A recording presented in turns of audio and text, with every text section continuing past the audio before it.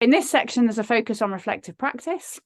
And also it brings us back to the question of calling, which obviously, if you're doing the course as training, is really important. It's part of exploring and training to fulfill a calling to preach or to lead worship. But it might be actually that some of you who are not doing this course as who are not currently doing that training, as we've shared these sessions together, perhaps some of you have sensed a new sense of calling, or a deepening of a calling that you already knew you had, but possibly to a call to explore new or different things. If that's you, and you'd like to talk it through with somebody, then get in touch. The team would be delighted to find someone to talk to, or of course you can always go and talk to your minister. But we come now to worship. Our opening worship this morning is led by Tim Allison. We are delighted to have him leading our worship this morning. Hello, I'm Tim Allison. I'm a local preacher in the Inverness circuit, and the job that I do is Director of Public Health. I've been a Director of Public Health for quite a long time now, more than 20 years. I started off in Yorkshire, and now I'm Director of Public Health for NHS Highland, covering a huge area all the way from John O'Groats in the north down to the Mull of Kintyre in the southwest, an area roughly the size of Belgium. Public health and faith sometimes interact, perhaps not that commonly, but thinking about what I was going to say today made me consider that there are a wide variety of intersections that we can potentially think about. I'd like to start off by a reading from Luke's Gospel, which picks up a couple of themes that are common in public health. It's Luke chapter 21 and the first 4 verses. As he looked up, Jesus saw the rich putting their gifts into the temple treasury. He also saw a poor widow putting in 2 very small copper coins. I tell you the truth, he said, this poor widow has put in more than all the others. All these people gave their gifts out of their wealth, but she out of her poverty put in all she had to live on. Within public health, we think about poverty. Particularly, we think about health inequalities. We also think about what appears to be small contributions that can actually make a huge difference. We think about prevention, which covers things like stopping smoking or tackling obesity, or perhaps topically vaccination. Sometimes we also get a bit fed up because we know deep down in our hearts we're doing the right thing, and sometimes we get frustrated that people don't seem to listen to us very much. There's a lot going on. There are a lot of challenges to the health of the population. We know what should be done, but it can be very difficult for people to take a preventative approach, and also very difficult for people to prioritise the health of the poorest in society. But we do persevere, and we do have an effect. But that effect within public health only comes from lots and lots of people acting together. It's not something to go into, if you like, immediate gratification and people bringing around boxes of chocolates, or perhaps in public health phrase, boxes of fruit. It's something that takes working together and many years of solid activity. I remember going to the leaving do of a former Director of Public Health when I was quite junior. He also happened to be a non-stipendiary Anglican vicar. And when his achievements were run through, I have to say, I thought, well, is that it? Didn't he do more than that in a career? But then I realised that actually he'd done a vast amount, but it wasn't his own work. It was working with lots of people as well. I was once given a bit of a comparative sort of nickname in a previous job in Yorkshire, and that was Nick Fury from the Marvel comic books and the Marvel films. The rationale behind that was that he organised superheroes. He wasn't a superhero himself, although I have to say he was quite cool, played by Samuel L. Jackson in the films. But he organised the other superheroes. And what that comparison was given to me for was because all the other people in public health were the superheroes doing fantastic things, and I was simply organising them.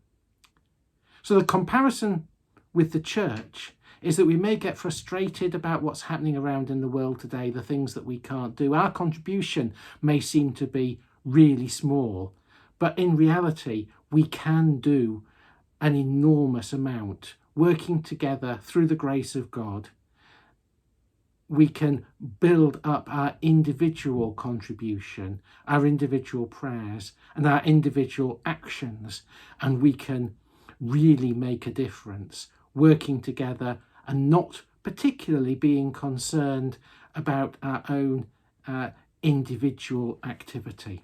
And with that in mind, I'd like to just finish this section with a reading from Paul's letter to the Corinthians, first letter, 1 Corinthians 12, reading verses 14 to 20. Now the body is not made up of one part, but of many. If the foot should say, because I am not a hand, I do not belong to the body, it would not be for that reason cease to be part of the body. And if the ear should say, because I am not an eye, I do not belong to the body, it would not for that reason cease to be part of the body. If the whole body were an eye, where would the sense of hearing be? If the whole body were an ear, where would the sense of smell be? But in fact, God has arranged the parts of the body, every one of them, just as he wanted them to be. If they were all one part, where would the body be? As it is, there are many parts, but one body. Amen. Thank you to Tim for leading us in our worship. We're now going to return to something that we did some of way earlier in, I can't remember whether it was the first or the second series of Encountering God, when we thought about exegesis and theological reflection and how that might be applied to a passage as we're preparing to lead worship or to preach. This time we're going to listen to a conversation between Barbara and Jill. And they're going to have a look at the gospel passage for Advent Sunday, so next Sunday. So if, like me, you're preaching and haven't yet looked at it, this could be a really useful thing to pay close attention to. So thank you to Barbara and Jill. For this exercise, Barbara and I are going back in time to when I was Barbara's local preaching tutor, before she was fully accredited in 2019 and then trained as a tutor herself. So Barbara, I know that you know the word exegesis comes from a Greek word, exago, which can mean to draw out. So we have 15 minutes together to try and draw out a meaning of a Bible passage. Before we turn to the passage itself, the first question the course offers as we begin exegesis is, how well do you know the passage? I think today's passage might be quite well known. But in general, as a preacher, Barbara, if you were preaching on something less familiar, what methods do you use to get to know the passage as you prepare? Well, Jill, I would read the passage through several times, both to myself and out loud, then copied the passage into a Word document double-spaced, without the verse numbers or section headings. I then annotate the text, underlining repeated words and highlighting words that seem significant. I'd note down my first impressions of the passage and write down any questions that the passage raises. And with me, there are usually quite a few questions. And I also find it useful to look at the passage that precedes that. Okay, thanks, Barbara. Those are very useful reminders. I also generally read the passage aloud, so I'm going to do that now with the passage that you've chosen from the lectionary readings for the 3rd of December, the first Sunday in Advent, which is Mark chapter 13, 24 to 37. I'm reading from the NRSV, which gives 3 headings for the passage. the coming of the Son of Man, the lesson of the fig tree, and the necessity for watchfulness. But of course, we remember that the titles aren't part of the text and sometimes, in my view, are unhelpful. But in those days, after that suffering, the sun will be darkened, and the moon will not give its light, and the stars will be falling from heaven, and the powers in the heaven will be shaken. Then they will see the Son of Man coming in clouds with great power and glory. Then he will send out the angels and gather his elect from the four winds, from the ends of the earth to the ends of heaven. From the fig tree, learn its lesson. As soon as its branch becomes tender and puts forth its leaves, you know that summer is near. So also, when you see these things taking place, you know that he is near, at the very gates. Truly, I tell you, this generation will not pass away until all these things have taken place. Heaven and earth will pass away, but my words will not pass away. But about that day or hour, no one knows, neither the angels in heaven nor the Son, but only the Father. Beware, keep alert, for you do not know when the time will come. It's like a man going on a journey, when he leaves home and puts his slaves in charge, each with his work, and commands the doorkeeper to be on the watch. Therefore keep awake, for you do not know when the master of the house will come, in the evening, or at midnight, or at cockcrow, or at dawn. Or else he may find you all asleep when he comes suddenly. And what I say to you, I say to all, keep awake. So the second question we're encouraged to ask ourselves as we begin exegesis is, what do we notice about the way the passage is written? So this question is asking us, what sort of writing is this? What we call the genre? Who are the characters involved?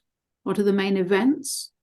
Are there any particular literary strategies being used, such as humour or quoting from other sources?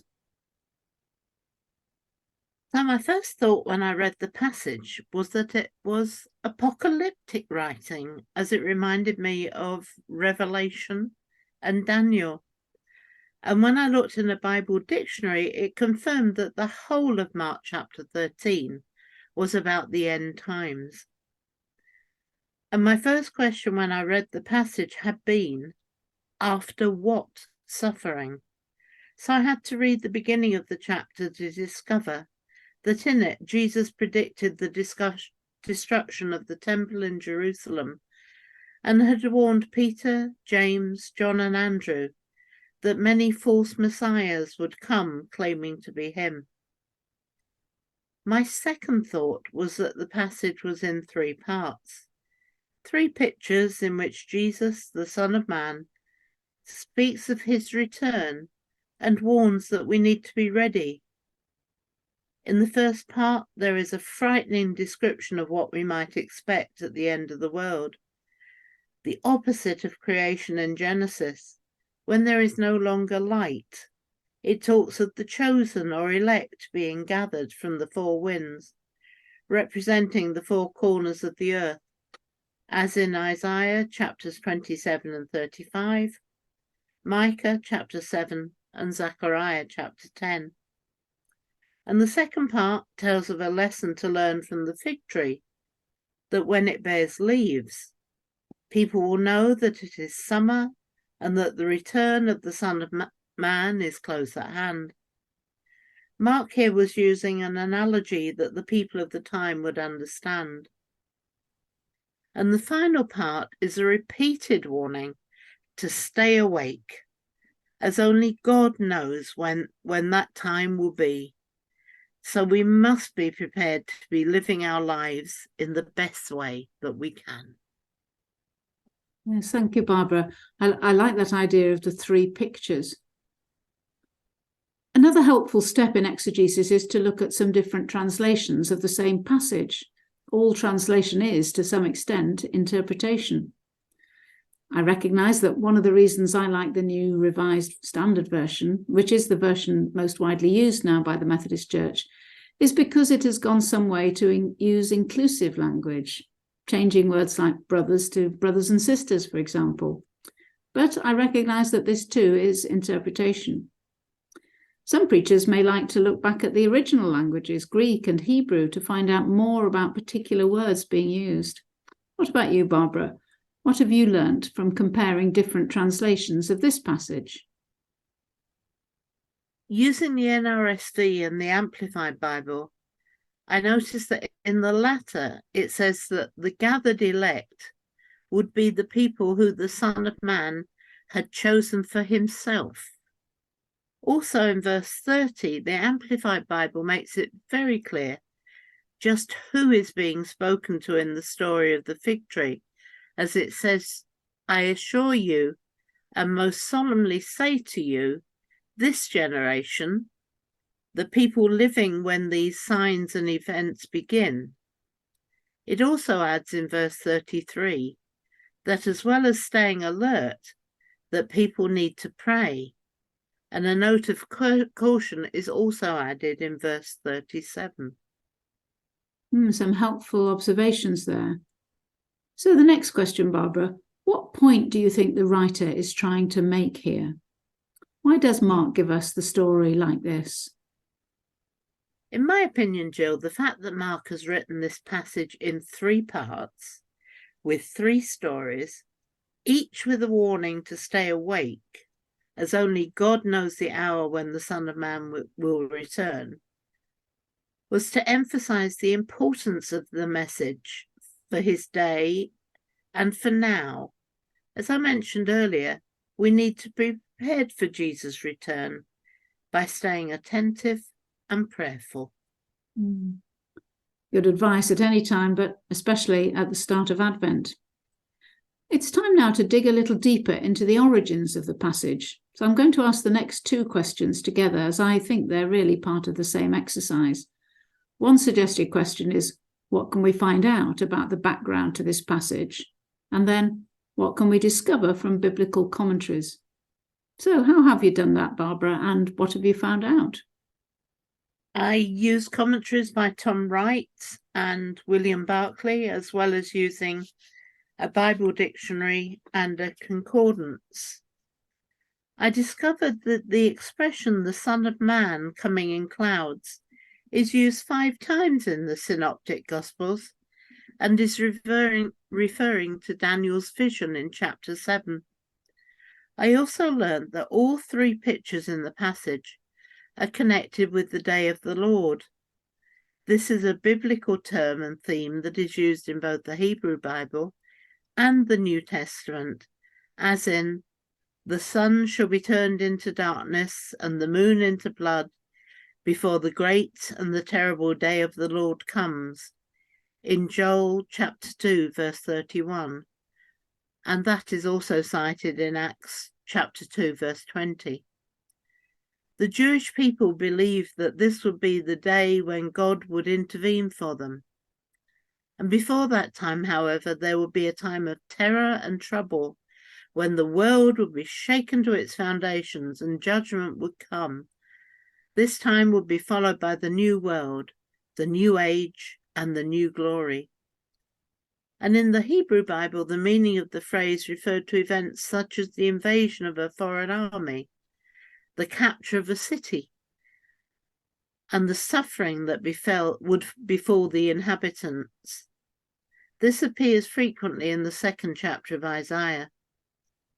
And the Jewish people were secure in the knowledge that they were God's chosen people, and that one day they would occupy the place in the world that they deserved. And they were confident that in the end, God would directly intervene for them. It's dramatic material, isn't it? I'm glad to be reminded of that background as I too prepare a sermon for Advent Sunday.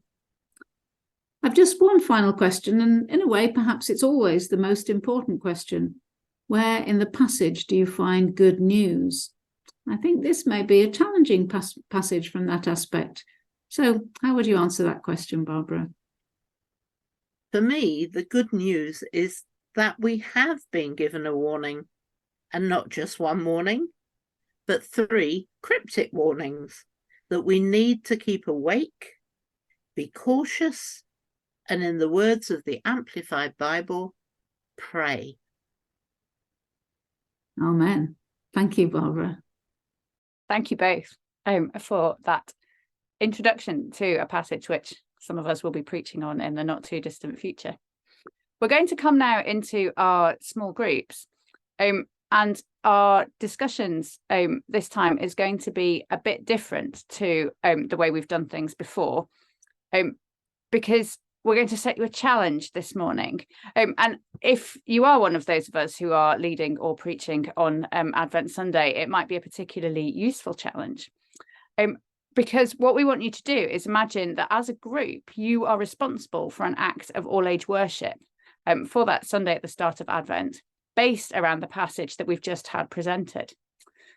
The challenge is to think about what will you include, how will you present it? Remember, it's a service for all ages. You might want to think about things like how long it will last, how you'll arrange the seating. You might have to imagine that you're in a church where variation is possible if that's not normal for you. As well as the content and how you'll present it. Be as creative as you like. You can imagine whatever resources into being that you might like to use. Don't worry if you're not somebody who usually leads worship. Your contributions, your ideas are just as useful as anybody else's.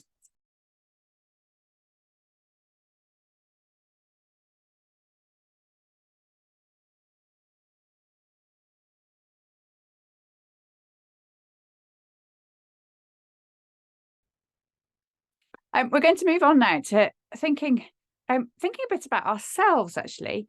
This section of the course is entitled Staying Close to God. And I guess that I'm probably not the only person in the room this morning who knows the temptation to fill our lives with tasks, to have lists of things that need to happen, or that happens to us without us even trying. I think as human beings, often we find it easier to do than to be. And it can be really easy as Jesus followers to be so busy doing the doing that we forget to nurture our own relationship with God. And the course at this point, kind of halfway through the course for local preachers, at the end of the course for worship leaders, reminds us that all of us, but especially those of us who are leaders in the church in whatever way, we all need to prioritize our own spiritual life, lest we have nothing to draw on in order to lead others. That's not always easy. It's not always easy to make that a priority in our lives. And making that a priority won't look the same for each of us. There's no magic formula to say, if you do this, this is the way that you should stay close to God. It's something we all have to work out for ourselves. And so we thought now that it would be good to hear from, I can't remember how many, lots of the team members, about just a short snippets from many of us about the things that help us to stay close to God. We're not presenting these as the answer. We're not saying that we are amazing and have it all sussed, but maybe within these things, there will be some things to think about, some inspiration, perhaps something you've not thought about before. So let's hear from the team.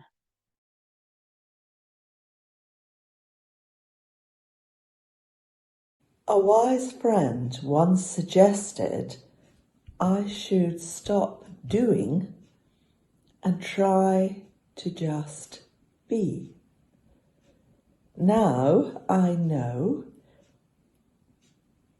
that by being still, emptying my mind, perhaps using mindfulness, allows me to have a sense of being in the presence of God.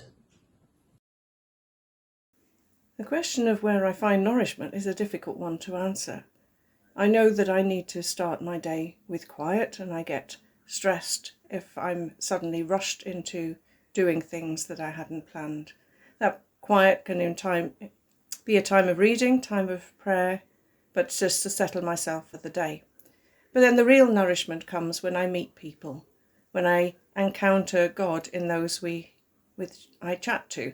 And they're not necessarily the people that you would say would be full of grace and promise and excitement, but just seeing how people react with each other, how I can learn from them, whatever their current circumstances.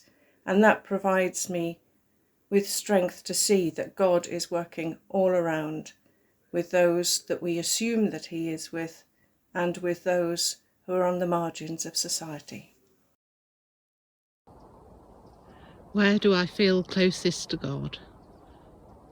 There are two particular places where I feel closest to God, and this is one of them. This is Lockandinty Woods, just behind where I live.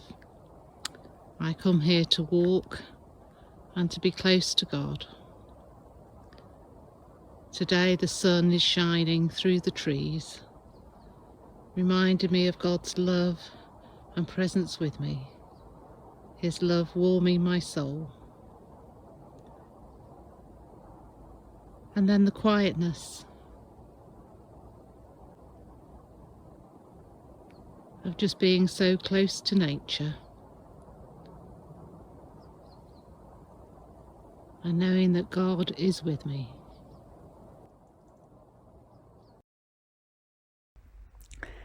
I'm no expert on staying close to God, but one thing that particularly helps me is other people.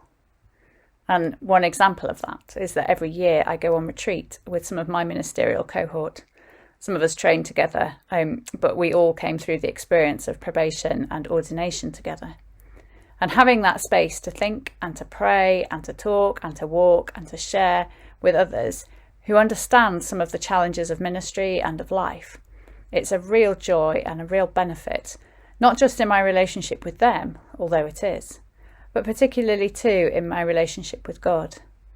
Because those friends remind me in so many ways why we do what we do, and that God needs to be at the heart of it all. So my relationship with them helps me in my relationship with God. What helps keep me close to God is the use of my mobile phone. This may seem a bit basic, but it reminds me regularly through pinging reminders to be near God. There are two apps on the phone I use quite often. One is Common Prayer, which gives morning, midday and evening prayers for me to interact with and allows me to join with words others are using. The other is the Bible app from YouVision. This app gives daily reflections, a short chance to listen and watch, and also has built into it reading plans that let me delve into the Word and see where it is going. So, through pinged reminders and technology, I stay close to God. The heavens are telling the glory of God. Getting outside is what keeps me close to God. It may be going for a brisk walk, it may be standing and gazing at the clouds by day or the stars by night. It might be marvelling at the colours of the autumn leaves. Half an hour's weeding is a very good antidote to a morning of emails, even in the rain. What helps me to stay close to God? To me, staying close to God does not depend primarily on my own efforts or on following certain religious practices, but comes from the knowledge and understanding of God's unconditional love for me. As it is written in 1 John 4:19, we love because God has loved us first. It is faith in the unconditional love of God, a love which accepts me as I am with all my imperfections and brokenness, a love that does not give up on me even when I give up, and a love that draws me closer to God when I mess up, just like the prodigal son. It is faith in the unconditional love of God that helps me to stay close to God. I keep my faith alive by daily personal prayer, by reading my Bible app, and by being in a weekly Bible study group. This is mainly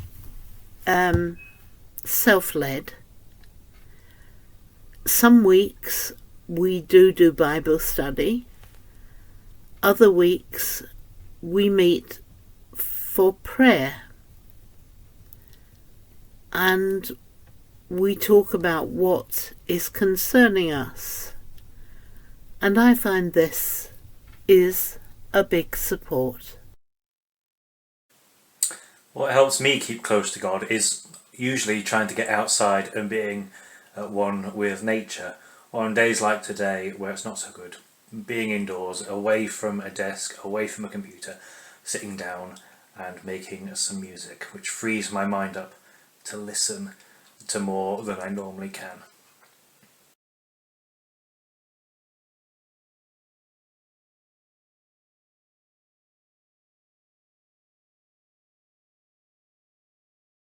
We started using the word routine, but thought that actually that sounded quite dull, and actually preferred the word rhythm. So you keep doing things even though you might not always feel really kind of spiritually enthusiastic to do it, but it's kind of, sometimes it's a space saver, sometimes it's a space that God's actually going to talk to us, and sometimes we really get from it as well. And the different rhythms depending on what's happening. So me personally, my rhythm for the days when I go to work is different from the days when I'm at home. Julia mentioned diving, which is absolutely amazing way of being in touch with God. She regularly dives in warm water where she is alone under the water, swimming with all God's creatures that nobody else gets a chance to see, and is totally in touch with God when she's there. So we would all like to sign up for that. The other thing was each other. Meeting in groups like this or Bible studies to have these deep conversations that you don't get the opportunity to have in any other situation. Not even at church on a Sunday do you get the chance to deepen your faith by these chats. Probably the mind-blowing thing for me came when one of our groups shared about God's character being that of gracious, loving acceptance of us as we are, and just realizing that when if I treat somebody else during the day with that same gracious acceptance of who they are and not wanting them to be any other, I am actually becoming closer to God and actually becoming more and more like Jesus. This is the end of this series of Encountering God. Thank you for being a part of it. Thank you for sharing in this with us. Obviously, we know that those of you who've been part of these sessions, you're a whole mix of established preachers and worship leaders, some who are in training, and some of you who are just interested. And we love having you all. The mix makes it fabulous.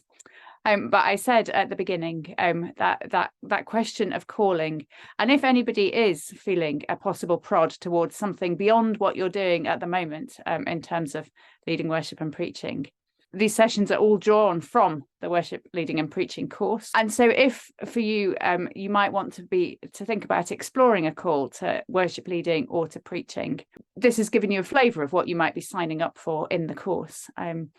If that might be you, or indeed if you're feeling a call in any other direction, as I said at the beginning, do get in touch with the team if you'd like to talk it through with somebody or your minister, and we're all happy to have those conversations. For those of you who are already accredited preachers, you may have heard about this newfangled thing called peer review. So watch this space. In the new year, that we will be putting together a video which is going to explore some of the ways that peer review is already happening across Scotland and Shetland, and hopefully give some reassurance and also some ideas for anybody who's not sure. So as we finish our time together and finish this module that we've explored together, let's pray.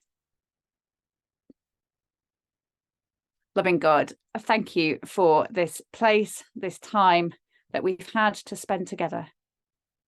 Thank you for all that we've explored of you and of the way that we interact with you, the way that we know you, and the way that we share you with others.